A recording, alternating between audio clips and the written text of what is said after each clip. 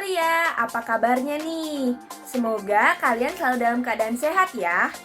Jadi hari ini aku bakal membahas mengenai pembahasan yang cukup menarik dan seru. Bisa dibilang pembahasan ini cukup mind opening nih teman-teman. Yaitu pembahasan tentang bagaimana pendidikan di Indonesia saat itu pernah dijadikan indoktrinasi negara, termasuk pada masa pemerintahan Presiden Soekarno di tahun 1945 sampai 1968. Kira-kira bagaimana sih indoktrinasinya? Ayo kita mulai pembahasan pada hari ini. Setelah Indonesia merdeka, sistem pemerintahannya berubah-ubah. Dari tahun 1945 sampai 1959, kita masuk ke masa demokrasi liberal. Setelah itu, dari tahun 1959 sampai 1966 masuk ke masa demokrasi terpimpin sesuai dengan arah politik Presiden Soekarno. Nah, di masa demokrasi terpimpin inilah mulai terlihat bagaimana pendidikan diarahkan untuk menyebarkan ideologi resmi negara. Bukan cuma ngajarin ilmu pengetahuan, tapi juga mengatur cara berpikir siswa supaya sesuai sama ideologi negara. Teman pasti penasaran gak sih gimana cara indoktrinasi itu tersalurkan? Jawabannya adalah melalui pelajaran sejarah dan juga pelajaran PPKN. Pelajaran sejarah waktu itu nggak cuma ngajarin peristiwa masa lalu, tapi juga disusun buat membentuk cara pandang yang sesuai sama arah politik pemerintah. Bung Karno ditonjolkan sebagai pahlawan utama dan cerita-cerita tentang kelompok yang beda pandangan, ya biasanya dipinggirkan. PPKN lagi lebih jelas. Pelajaran ini jadi kanal utama buat masukin nilai-nilai kayak anti-imperialisme, anti-liberalisme, dan kesetiaan penuh ke negara. Bahkan pidato-pidato Bung Karno masuk jadi bahan ajar.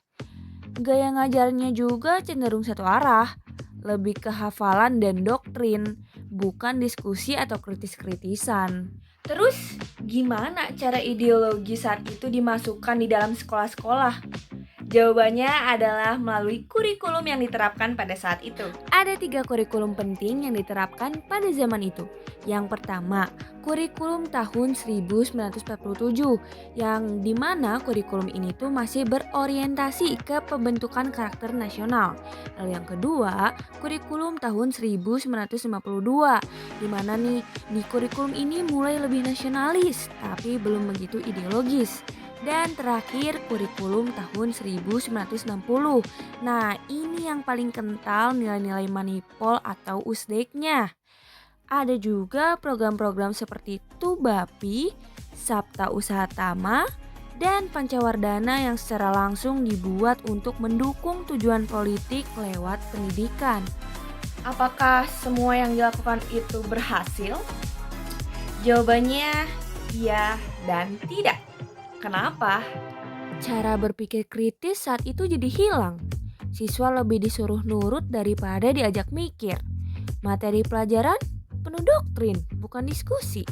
Bahkan budaya lokal yang gak sesuai narasi nasional bisa-bisa dianggap salah. Lalu kurikulum lebih fokus ke propaganda ketimbang ilmu. Guru pun cuma jadi penyampai, bukan fasilitator diskusi. Akibatnya, pendidikan jadi tempat cuci otak yang halus, bukan tempat membebaskan pikiran. Nah, teman-teman, jika kita lihat perbandingan pendidikan pada zaman demokrasi liberal dengan demokrasi terpimpin, sangat terlihat perbedaannya. Di masa demokrasi liberal, pendidikan masih cukup bebas. Sekolah agama, swasta, dan organisasi non-negara bisa berkembang. Materi pelajaran termasuk sejarah dan PPKN belum terlalu dikendalikan negara. Meskipun waktu itu politiknya nggak stabil, tapi masih ada ruang buat berpikir dan berdiskusi. Tapi pas masuk ke demokrasi terpimpin, pendidikan mulai dikunci. Kurikulum dirombak besar-besaran, di mana isinya disesuaikan dengan ideologi negara. Nggak boleh beda pendapat, semua harus satu suara dengan manipol usdek.